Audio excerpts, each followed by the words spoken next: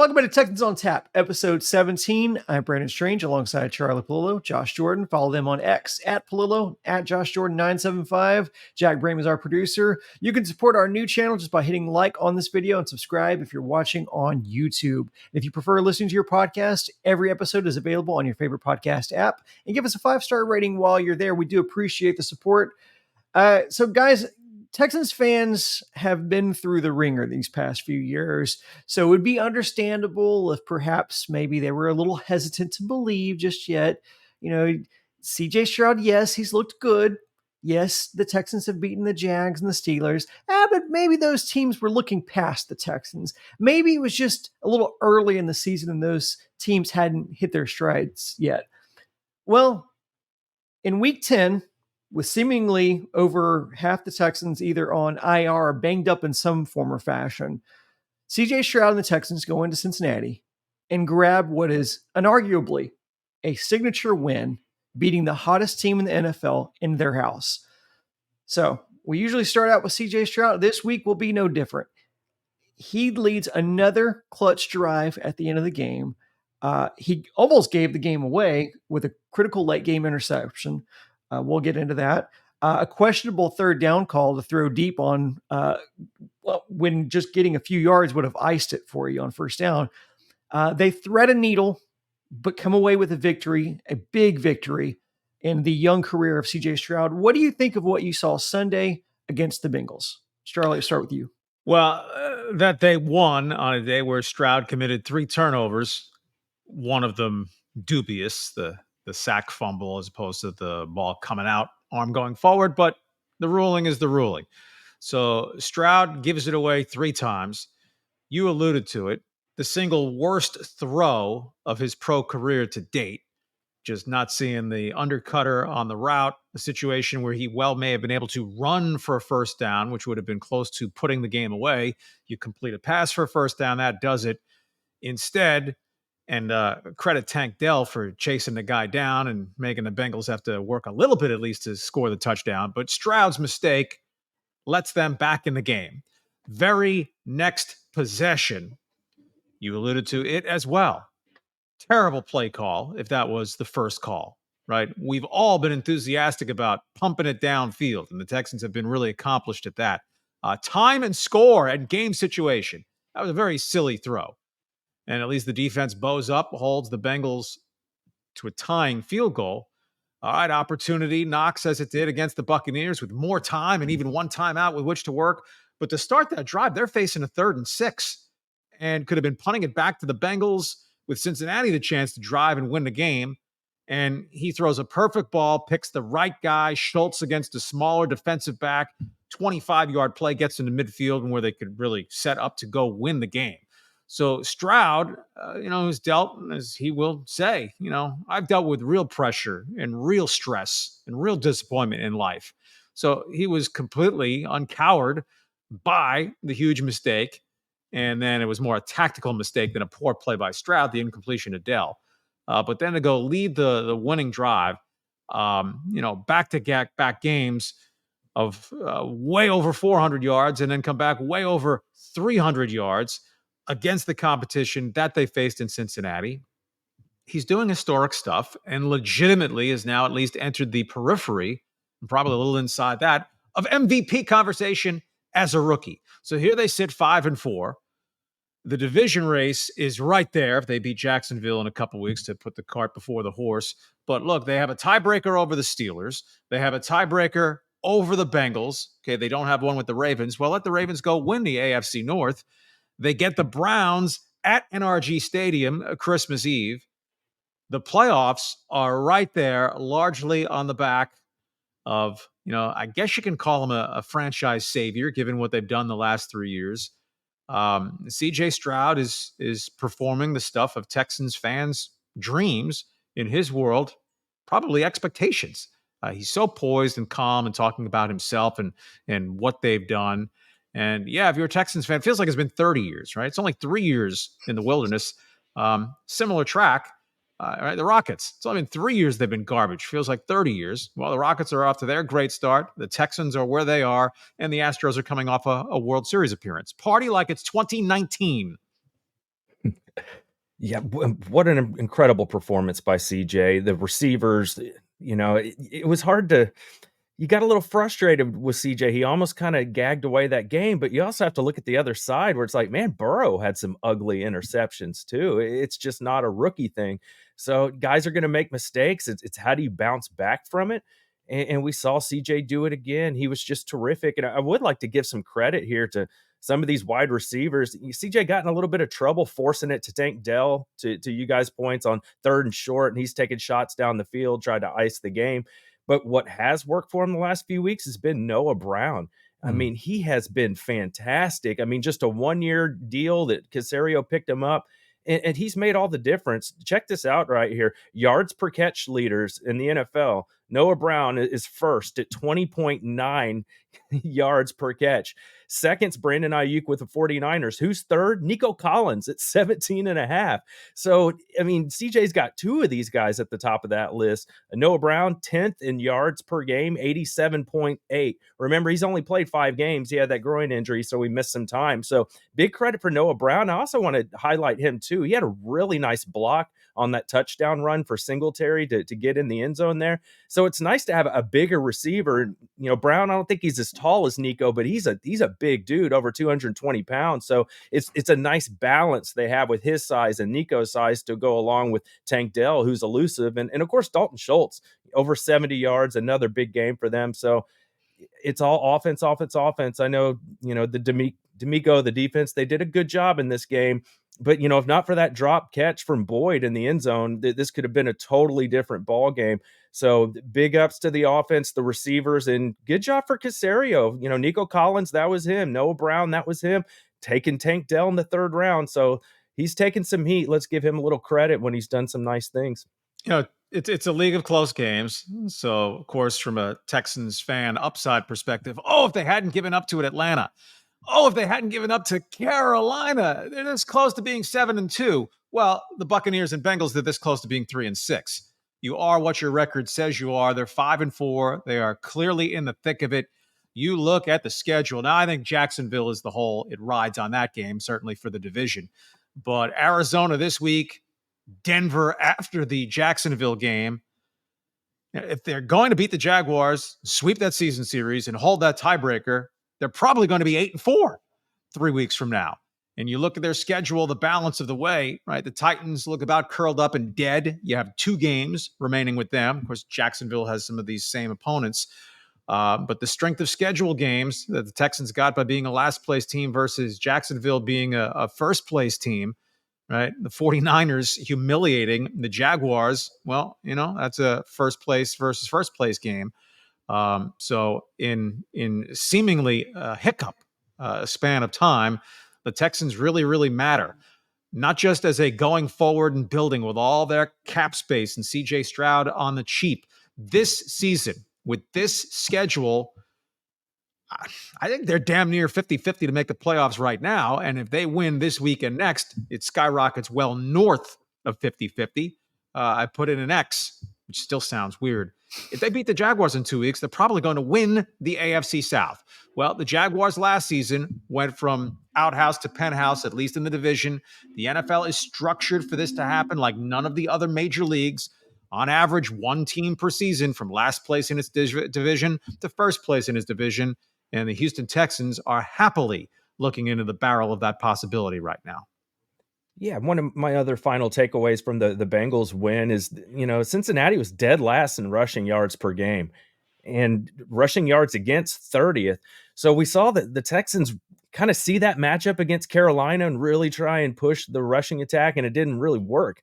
But it worked against Cincinnati with Devin Singletary going for 150 yards. So I'll be curious to see, is this something that they can keep going, that they're getting better at, that it wasn't just a one-time deal against Cincinnati because they struggle against the run so much. It'd be nice to see if they can build on this. I saw a lot of holes being opened up, and Singletary has the ability to just kind of take off and maybe not even go where the blocking's dictated. Just if he sees he can outrun somebody, he did that a couple times.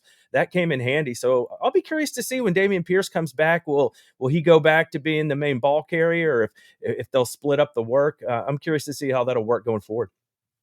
Why was there so much success? Charlie, I'm curious to get your thoughts because as Josh pointed out, there was success there. Devin Singletary, who hey, shout out to another one of those 1 year deals from Nick Caserio. Yeah. Nick Caserio, brings in Singletary. Singletary, a contrast in styles from Dameon Pierce. Dameon Pierce, known as that brutal impact, yards after the impact. Singletary is more of a I'm going to make you miss. I like that style. That seems to hold up better. But why did he have so much success this week versus previous weeks? Why did the run game? Why was it there this week? Was it on Every the once in line? a while, something just falls into place. As Josh referenced, the Bengals are a very poor run defensive team. They were not top 20 in the league defensively in total yardage allowed going into the game. So, it's not like the Texans gashed Baltimore. Nevertheless, in an NFL game, you amassed 544 yards of offense. You played very well if you were lining up against a 5A high school team. Singletary, he's more a quick get it and go.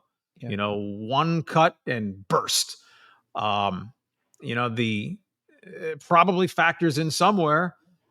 Teams are aware that the Texans are getting the ball deep downfield. So if you want to walk a safety up into the box, our linebackers firing forward on the snap the way they would if you didn't have a potent passing game, as opposed to, well, I need to be aware of my coverage responsibility. The tight end's out in the slot and they throw to him. So Texas just played a very good game, take the turnovers out of it. My goodness. And the Bengals can be a bit of a soft touch defensively. It was kind of a sandwich game for the Bengals off beating Buffalo, and they have the Ravens in a massive game that might be a make or break for their season type game now. On Thursday night, a quick turnaround. But the Bengals were 5-3. They weren't 7-1. They weren't in first place going into the game. So if they got caught looking ahead to the Ravens, shame on them. Plus, when you're within the game, you're behind 20-7. If your attention hasn't been gotten by that point, and the Bengals responded, tied the game, and still could not stop Stroud and the Texans from going down the field, getting position to win the game. So it's just the Texans are a real team now for the first time in the Cully, Smith, last year of O'Brien, not in order, but 3 years that you wish they never happened. And good teams are able to beat you in more than one form or fashion. Mention the takeaway, two takeaways from Joe Burrow, who'd been very hot over the last month. The Texans, they're not elite yet, but with now 3 wins over good teams, at least by record, I think we can safely at least call them pretty good with further upward mobility within the season. And if they beat Jacksonville 2 weeks from now, if you win a division other than the odd year where 8-9 can win the division, you're automatically good.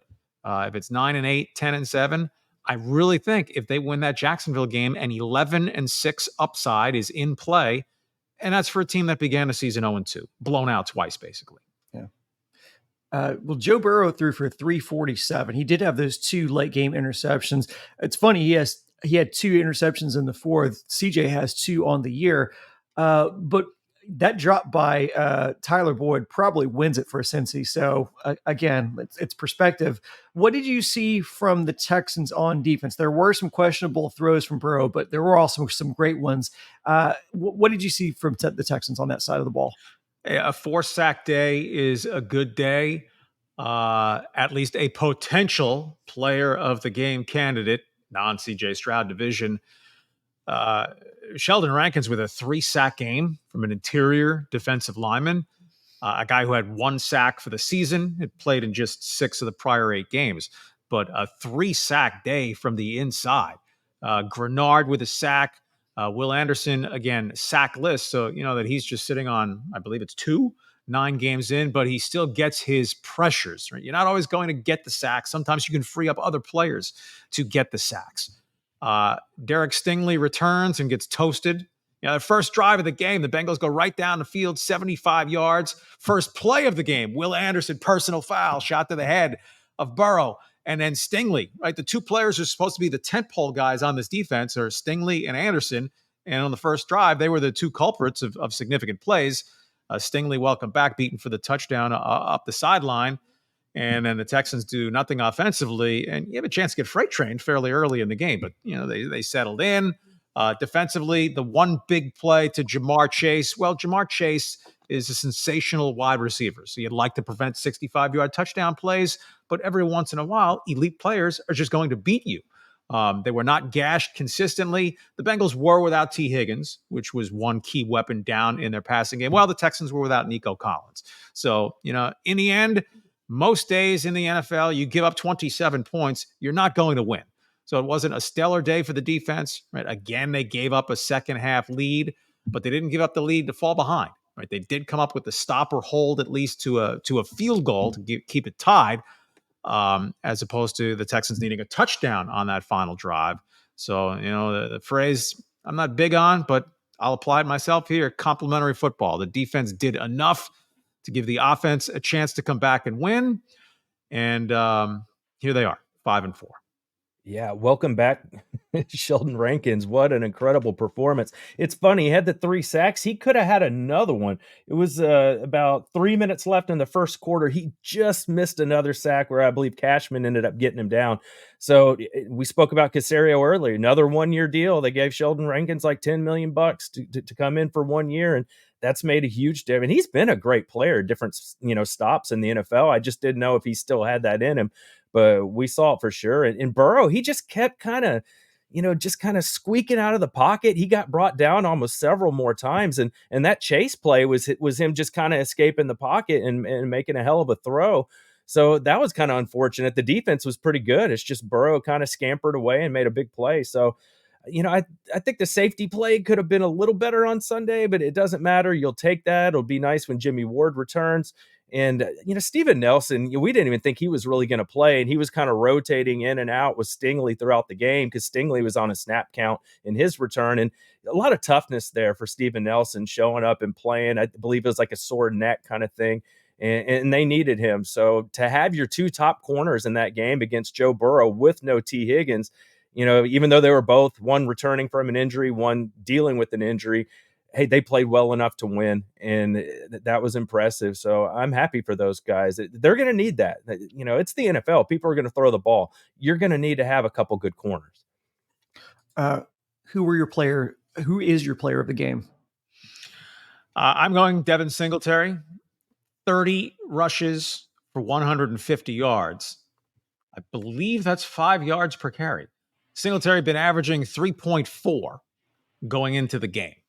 So caliber of defense you're facing, I don't care. Right? The Texans have struggled to run the ball even halfway decently against virtually everybody they've faced. Along with the fact that Singletary, little guy, 5'7", just over 200 pounds, he hadn't had even 20 rushing attempts in a game since 2021. So to carry the mail 30 times for $150 to give the yin finally to the yang of the passing attack, I will go with Devin Singletary. And, it's from baseball. Guys get Wally pipped. They sit out or lose games to injury. Generally, you associate that with an older player who loses his job to a young guy and never gets it back. I don't know if we can call this the reverse pip. Josh alluded to it before. Dameon Pierce doesn't come back for me and become the primary back. It's a full-on job share at minimum at this point. I think their styles do offer a little bit of contrast, but Singletary was stupendous yesterday, so he is my Texans player of the game. I'm going to go back to Noah Brown. 7 catches, 172 yards against the Bengals, and maybe one of the biggest ones, the one that set up for the field goal. And if he doesn't break like 2 tackles right there and get you some extra yardage, I don't think that field goal is going through. And Brown had a fantastic game the week before, so he is coming on like gangbusters. But when you needed him most, game on the line, he caught the ball, he got you down in field goal range, showed that toughness. And like I said, he had a really important block on that Singletary touchdown where he's going against bigger guys. They're not just using him only against, DBs to block guys. They're using him against bigger guys as well. So I'm going to give it to Noah Brown this week. Great performance. And an honorable mention for me to Matt Amendola. Promoted from the practice squad with Fairbairn going to IR. 45-yard field goal at the gun at the half to give the Texans the 10-7 lead. You certainly expect kickers to make all their extra points, but they're not automatic from 33 yards, but he was clean there. And yes, Brown made the field goal much more makeable, but 38 yards, not exactly a layup to win the game. Now, granted, he misses, you're going to overtime as opposed to it being a win or lose kick. But for a guy who was making practice squad money a week earlier, good job, Matt Amendola. And for any wondering, spelled differently, no kin of the Texas Tech wide receiver, New England Patriots, Danny Amendola. It's funny when things are going your way. It's these types of players who step up in these moments. Last week it was Dare Ngubwale, and then this week it's Matt Amendola comes off of his couch and hits a game-winning field goal. Since I was going to go with Brown as well for the same reasons you mentioned, so I'll just go CJ Stroud. Bounces back from what could have been a critical game-losing mistake and leads another game-winning drive, second week in a row, out-duels Joe Burrow. You just can't say enough about CJ Stroud. So I know it's the most obvious pick, but I'll go ahead and make that pick. That's going to be it for this episode of Texans on Tap. We're doing an early look at Cards Texans in tomorrow's episode, but you can get that early now on podcast. So go give us a follow on podcast at your favorite podcast app. And if you're watching on YouTube, the links are in the description. As always, thanks for listening and go Texans.